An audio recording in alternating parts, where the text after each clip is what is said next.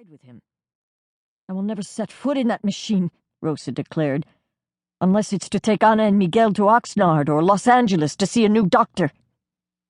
"I've told you," said John, his dark blue eyes narrowing.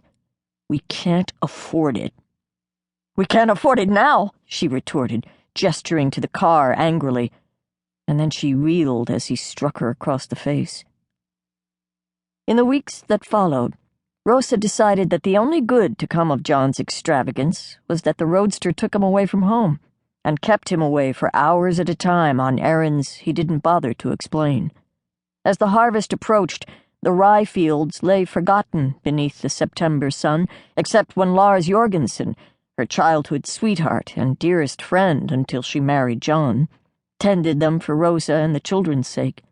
They wouldn't starve, thanks to Lars's kindness, but if John had mortgaged the farm to pay for that roadster, what would become of them when the bill came due?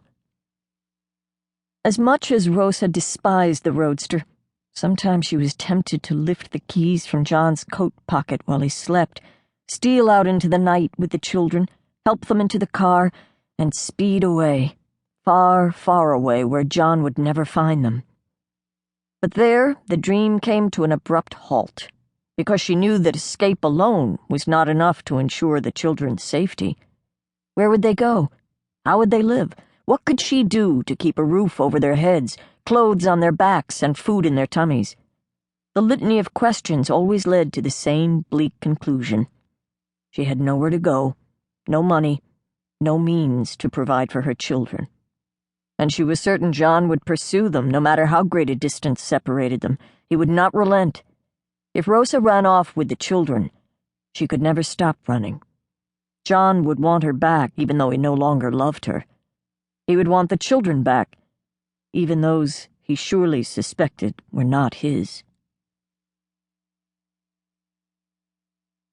Anna and Miguel woke by mid-morning to a day that had turned overcast and breezy, with a metallic taste in the air that hinted at coming rain.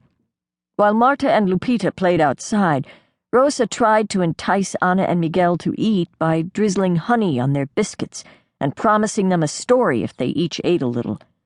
Miguel turned his head away every time she brought the fork close to his mouth, but Anna bravely took a few bites and glowed when Rosa praised her.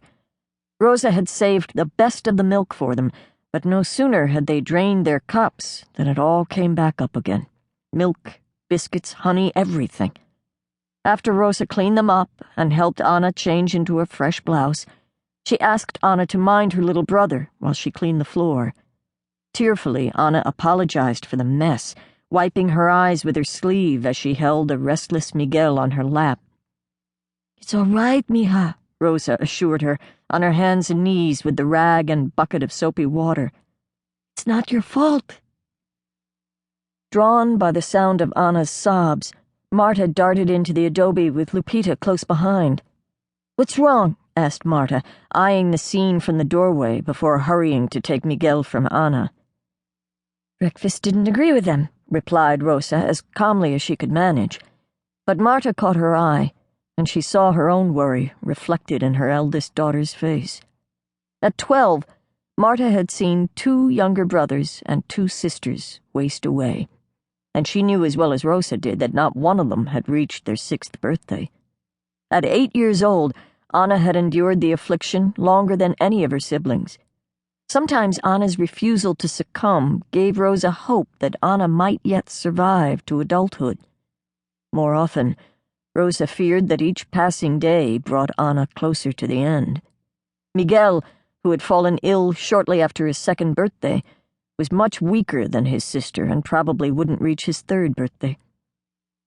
Quickly, Rosa turned her head away and closed her eyes to hold back her tears.